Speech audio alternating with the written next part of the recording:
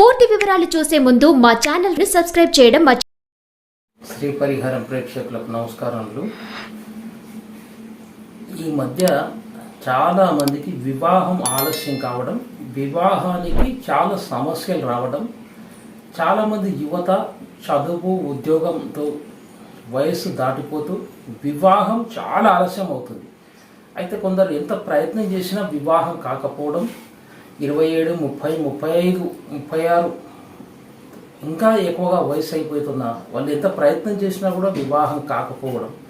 అంటే వీరికి అసలు వివాహం కాదా, ఆలస్య వివాహం ఉందా అంటే జన్మజాతకంలో వీరికి ఆలస్య వివాహం అనేది ఉంటుంది. అది ఎలాగంటే సప్తమం అంటే జీవిత భాగస్వామి కనుక సప్తమాధిపతి ఉన్న నక్షత్రం, సప్తమాధిపతి ఉన్న షడ్బలాల్లో ఉన్న బలము, మరి సప్తమాది ఏ స్థితిలో ఉన్నారో అది గ్రహించుకోవాలి. అంటే వీరికి అవగాహన లేక వీరి జన్మజాతకంలో సప్తమాధిపతి బాగా పాడైనా కూడా వివాహం ఆలస్యంగా కావడం జరుగుతూ ఉంటుంది. మరి ఏ నక్షత్రంలో ఉంది అది కూడా ముఖ్యంగా చూసుకోవాలి. అందుకే వివాహం ఆలస్యం అనేది అవుతూ ఉంటుంది. సప్తమాధిపతి ఒక్కొక్కరు జన్మజాతకంలో ఒక్కొక్కరు అవుతారన్నమాట.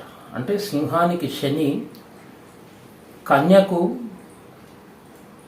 మీనం అంటే గురువు, ఇలా ఒక్కొక్క లగ్నానికి ఒక్కొక్క పోర్ట్ఫోలియో అనేది సప్తమ స్థానము, సప్తమాధిపతి భావాధిపతి అనేది అవుతుంది. ఈ జన్మజాతకంలో మీకు ఆలస్య వివాహం ఉన్నట్లయితే మీరు ఆలస్యంగానే వివాహం చేసుకోవాలి. అంటే ఎవరి జన్మజాతక పరిశీలన చేసినప్పుడు కొందరికి శీఘ్ర వివాహం అనేది ఉంటుంది. అంటే 18 సంవత్సరాలకు, 19 సంవత్సరాలకు, 20 సంవత్సరాలకు వివాహం జరిగేది ఉంటుంది. కొందరికి చాలా ఆలస్య వివాహం ఉంటుంది. ఆలస్య వివాహం ఉన్నప్పుడు మీరు శీఘ్రంగా వివాహం చేసుకోవడానికి ప్రయత్నించకూడదు. కొందరికి 25, 26 మధ్యస్థంగా వివాహ యోగం అనేది ఉంటుంది. ఇవన్నీ మీరు జన్మజాతక పరిశీలన చేసుకొని చూసుకోవాలి ముందుగానే. ఆలస్య వివాహమా, శీఘ్రమా, లేక 25, 26 మధ్యలో వివాహం దాన్ని జన్మజాతక పరిశీలన చేసినప్పుడు తెలుస్తుంది. ఇంకొక విషయము, మీకు మీ జీవిత కాలంలో ప్రతి ఒక్కరికి, స్త్రీ పురుషులు ఇద్దరికి కూడా 3 నుంచి 5 సార్లు వివాహ సమయం అనేది ఒక వ్యక్తి ఈ జీవితంలో రావడం అంటూ జరుగుతుంది. స్త్రీకి కానీ పురుషుడికి కానీ 3 నుంచి 5 సార్లు ఖచ్చితమైనటువంటి వివాహ సమయము ఆసన్నమవుతుంది. అది కూడా కాకుండా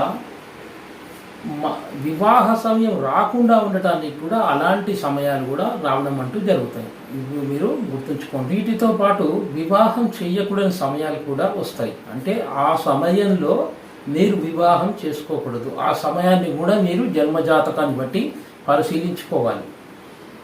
3, 5 సార్లు వివాహం చేసే సమయం వస్తుంది, చెయ్యకూడని సమయాలు కూడా ఉంటాయి. అప్పుడు ఆ చెయ్యకూడని సమయంలో మీరు వివాహం చేసుకుంటే చాలా సమస్యలు రావడం అంటూ జరుగుతాయి. ఇది మీరు వ్యక్తిగత జన్మజాతక పరిశీలన చేస్తే తెలుస్తుంది. కొందరు మా అబ్బాయికి వివాహం చేశాము, మంచి ముహూర్తంలో చేశాము, కానీ వివాహ అనంతరం చాలా గొడవలు, సమస్యలు వస్తున్నాయి గురువుగారని అంటూ ఉంటారు. అంటే దీనికి కారణము ముహూర్త సమయం కాదు, జాతక దోషం కూడా కాదు. అంటే మేము మంచి ముహూర్తంలో మా అబ్బాయికి వివాహం చేశాం, జాతకాన్ని కూడా చాలా బాగుంది, వివాహ అనంతరం మరి అంత మంచి ముహూర్తంలో వివాహం చేశాం, మరి గొడవలు, సమస్యలు ఎందుకు వస్తున్నాయంటే అది మీరు వివాహ సమయం మీ అబ్బాయికి లేని సమయం, వివాహానికి మీ అబ్బాయి జన్మజాతకంలో సరిపోని సమయంలో మీరు వివాహం చేశారన్నట్టు లెక్క. మీ అబ్బాయికి వివాహ ముహూర్త సమయం లేదు, అయినా మీరు ముందుగా వివాహ ముహూర్తం పెట్టారు, వివాహం చేస్తున్నారు. వివాహం చేస్తున్నప్పుడు ఆ గ్రహ మహాదశలో మరియు అంతర్దశల్లో ఆ వివాహం జరిగే ముందు మీకు కొన్ని సూచనలు వస్తూ ఉంటాయి. ఎందుకంటే ఆ ప్లానెట్ గ్రహ మహాదశల్లో కానీ అంతర్దశల్లో కానీ ఈ వివాహం సరిపోదు అని కొన్ని ఆ వివాహానికి అడ్డంకులు వస్తూ ఉంటాయి. అయినా మీరు అవి అర్థం చేసుకోకుండా అడ్డంకులను తొలగించుకుంటూ వెళ్ళి ఆ వివాహం చేస్తారు. అంటే ఆ వివాహ సమయము మా మహాదశ మరియు ఆ గ్రహ అంతర్దశలు ఆ వివాహానికి సమయం కాదనమాట అది. కానీ మీరు ఏం చేస్తారంటే మీకు తెలుసుకోకుండా బలవంతంగానే వివాహం చేయడం అంటూ జరుగుతుంది. ఇలా ఆ ప్లానెట్, ఆ గ్రహము మీకు ఇండైరెక్ట్గానే చెప్పడం జరుగుతుంది, కానీ మీకు అర్థం కాదు. అది అలాగే చేసుకుంటూ వెళ్తారు. మరి వివాహ అనంతరం దాని ప్రభావం ఏంటనేది మీకు అర్థమవుతుంది. అంటే సమస్య, గొడవలు విపరీతంగా రావడం అంటూ జరుగుతాయి. అంటే దశ భుక్తి, ఆ మహాదశలో భుక్తులు అది మీ వివాహానికి పనికొస్తుందా లేదా అనేది మీ జన్మజాతకాన్ని పరిశీలించుకుంటేనే తెలుస్తుంది. అంటే వివాహం చెయ్యకూడని సమయంలో వివాహం చేస్తే ఇన్ని అనర్థాలు వివాహం చేసే ముందు కూడా కొన్ని ఇండైరెక్ట్గా మీకు అర్థమవుతుంటాయి. అంటే మీ అబ్బాయికి గోచారంలో శుక్ర బలం లేకపోవడం, మరి అదే అమ్మాయికి కుజ బలం లేకపోవడం, ఇవన్నీ ఉంటాయన్నమాట. గోచార స్థితి చూసుకొని వివాహానికి వెళ్ళాలి. ఇది చాలా ముఖ్యంగా మీరు గుర్తుంచుకోవాలి. అబ్బాయికి శుక్ర బలం కావాలి, అమ్మాయికి కుజ బలం కావాలి. వివాహానికి గోచారంలో అవి చూసుకొని చేయాలి. ఈ రెండు బలాలు తగ్గిపోయినప్పుడు మీరు వివాహం మొండిగా చేసినట్లయితే సమస్యలు, ఎంత మంచి ముహూర్తంలో చేసినా కూడా సమస్యలు, గొడవలు విపరీతంగా రావడం అంటూ జరుగుతాయి. ఈ అబ్బాయికి కానీ అమ్మాయికి కానీ వివాహ విషయము ముఖ్యంగా జన్మజాతకం పరిశీలించినప్పుడు వివాహం ఆలస్యమవుతుందా, శీఘ్రంగా అవుతుందా, ఇది తెలుసుకోవాలి ముఖ్యంగా. ఆ తర్వాత ఈ అమ్మాయికి కానీ అబ్బాయికి కానీ ఏ సమయంలో వివాహం అవుతుంది, ఏ సమయం బాగా ఉంది అంటే దేశ కాలమాన పరిస్థితులను బట్టి ఈ అబ్బాయికి అమ్మాయికి ఏ వయసులో బాగా కలిసి వస్తుంది వివాహం చేస్తే అనేది కూడా జన్మజాతకాన్ని చూస్తే అర్థమవుతుంది. ఇది కూడా మీరు ముఖ్యంగా గుర్తుంచుకోవాలి, తప్పకుండా పరిశీలించుకోవాలి. శీఘ్రంగా అవుతుందా, మిడిల్లో అవుతుందా, ఆలస్యంగా అవుతుందా, ఇది జన్మజాతకంలో పూర్తిగా తెలుస్తుందండి. ఇక వివాహము ఎవరు ప్రయత్నిస్తే అవుతుంది, ఇది కూడా జన్మజాతకాన్ని బట్టి తెలుసుకోవచ్చు. ఎవరి ద్వారా అమ్మాయి కానీ అబ్బాయి కానీ మీకు సంబంధం అనేది కుదరడం అంటూ జరుగుతుందని జన్మజాతకంలో కూడా చెప్తుంది. మీ అమ్మాయికి కానీ అబ్బాయికి కానీ జన్మజాతక పరిశీలన చేసినప్పుడు ఎక్కడి నుంచి సంబంధం వస్తుంది, తల్లి ద్వారా వస్తుందా, తండ్రి ద్వారా వస్తుందా, లేక బంధువుల ద్వారా వస్తుందా, స్నేహితుల ద్వారా వస్తుందా, లేదా ఎక్కడైనా పెళ్లిలో కానీ కలవడం అంటూ జరుగుతుందా, లేక దూరం రిలేషన్షిప్లో సంబంధం రావడం అంటూ జరుగుతుందా అనేది కూడా జన్మజాతక పరిశీలన చేయించుకోవాలి తప్పకుండా. వివాహం సమయం రాలేదని ఎంతో బాధపడుతూ చాలా విపరీతంగా ప్రయత్నాలు చేస్తుంటారు. గుళ్ళు కానీ గోపురాలు తిరగడము, హోమాలు చేయడము, అవన్నీ చేస్తుంటారు. అంటే ఒక చిన్న ఉదాహరణ, సూర్యుడు ఉదయించేది 5:30 సమయానికి ఉదయం, కానీ మనము అర్ధరాత్రి 1, 2, 3 గంటలకు లేచి సూర్యుడు వచ్చాడని చూసి ఎంతో ఎదురు చూస్తూ ఉంటాం చూడు, అది అజ్ఞానం. అంటే ఎప్పుడైతే సూర్యుడు ఉదయించే సమయం 5:30 ప్రాంతంలో అయితే మనం వివాహ సమయం రాకముందే మనం ఎంత ప్రయత్నం చేసినా కూడా ఆలస్య వివాహము మీ జన్మజాతకంలో ఉన్నప్పుడు మీరు ఎంత ప్రయత్నం చేసినా అది ఫలించదు. అది మీరు గుర్తుంచుకోండి. అందుకే వివాహ సమయం ఎప్పుడుంది, శీఘ్రమా, మధ్యమా, ఆలస్యం అనేది తెలుసుకోవాలి. తెలుసుకొని ప్రయత్నం చేస్తే తప్పకుండా అప్పుడు మీరు అనుకున్న వివాహం అనేది దొరుకుతుంది, వివాహం కావడం అంటూ అవుతుంది. మీకు ఆలస్య వివాహంలో మీరు ఎంత తిరిగినా, ఎన్ని పూజలు, వ్రతాలు, హోమాలు చేసినా కూడా అది సమయము, సందర్భం అది రానప్పుడు అది పనిచేయదు. అయితే ఇలా ఇంకొంతమంది వీరికి జన్మజాతకంలో విదేశం నుంచి అమ్మాయికి కానీ అబ్బాయికి కానీ విదేశంలో ఉన్న వారితో సంబంధం కలవాల్సి ఉంటుంది, విదేశ యోగం ఉంటుంది, వివాహానంతరం విదేశాలు వెళ్ళడం అంటూనే ఉంటుంది. అంటే ఈ అమ్మాయికి విదేశాల నుంచి వచ్చి చేసుకునే వరుడు ఉంటాడు, లేదా విదేశాల్లో ఉన్న అమ్మాయిని ఈ అబ్బాయి చేసుకోవడం అంటూ జరుగుతుంది. ఇక వివాహానంతరం ఇద్దరు విదేశాలకు వెళ్ళడం కూడా జరుగుతుంది. అయితే విదేశంలో మీకు సంబంధం ఉన్నప్పుడు మీరు లోకల్లోనే ఇక్కడిక్కడనే మనం సంబంధాలు కావాలి మాకు అంటే అది కాదు. ఎందుకంటే జన్మజాతకంలో విదేశీ సంబంధం రావలసి మీకు ఉన్నప్పుడు తప్పకుండా మీ విదేశాల్లో ఉన్నటువంటి సంబంధాలు వెతుక్కోవడం చాలా ఉత్తమం. ఎందుకంటే త్వరగా కలవడం, మీరు బాగా కలిసి ఉండడం, మంచి దాంపత్య జీవితం అనేది ఉండడం జరుగుతుంది. విదేశాల్లో మీకు సంబంధం జన్మజాతకంలో ఉన్నప్పుడు మీరు ఇక్కడ లోకల్లోనే ప్రయత్నం చేసి మొండిగా వివాహం చేస్తే అది కూడా సమస్యలకు దారి తీయడం అంటూ జరుగుతుంది. అందుకే ఏదైనా కూడా జన్మజాతక పరిశీలన చేసి అలా మీరు ప్రయత్నం చేస్తే మీకు త్వరగా రావడం, త్వరగా వివాహం కావడం, పెద్ద చిక్కుగా కాకుండా మీకు పెద్ద తలనొప్పి కాకుండా ఈజీగా సంబంధం దొరకడం అంటూ జరుగుతుంది. అందుకే వ్యక్తిగత జన్మజాతకం తప్పకుండా పరిశీలించుకోవాలి. ఇంకొందరికైతే వివాహ సమయం వస్తుంది.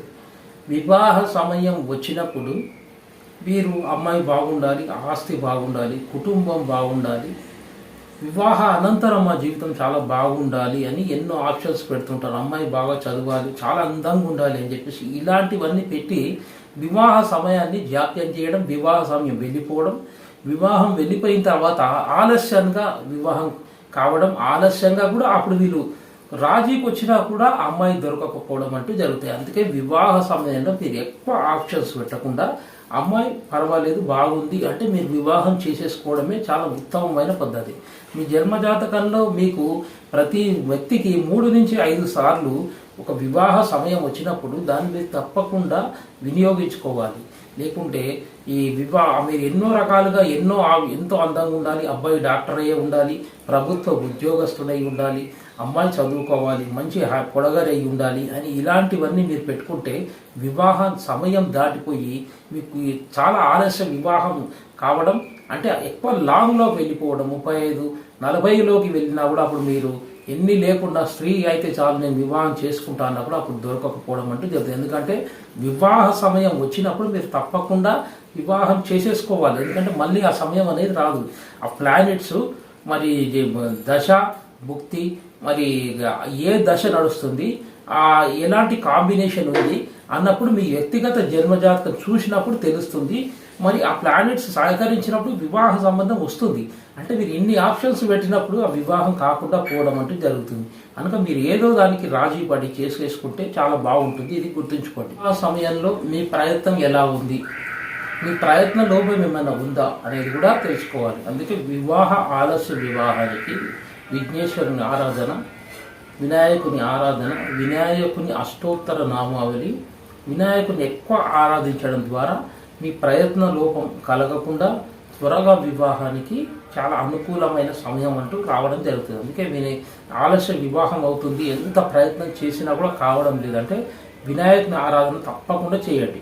ఇక రెండవది లలితా సహస్రనామాల్లో ఓ ముఖ్యమైనటువంటి శ్లోకం అనేది మీరు ఎప్పుడు పఠిస్తూ ఉండాలి. దీని ద్వారా కూడా మీకు త్వరగా వివాహము, మంచి ప్రయత్న లోపం కాకుండా ఎలాంటి ఆటంకాలు రాకుండా కావడం అంటూ జరుగుతుంది.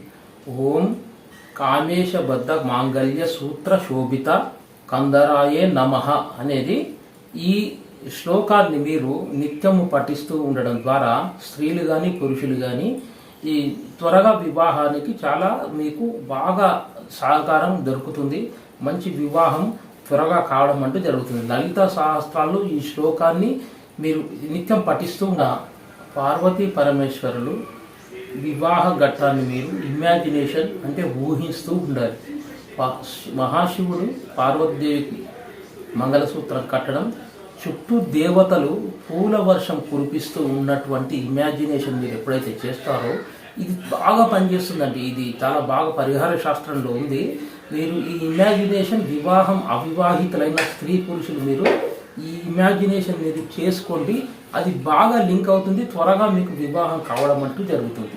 లలిత సహస్రాల్లో శ్లోకం పఠించడం, ఈ ఇమాజినేషన్ బాగా చేయడం ద్వారా త్వరగా వివాహానికి మీకు తొందరగా వివాహం అనేది జరుగుతుంది. ఇక వాస్తు ప్రకారం అయితే ఆగ్నేయ భాగం శుక్రుడు అధిపతి.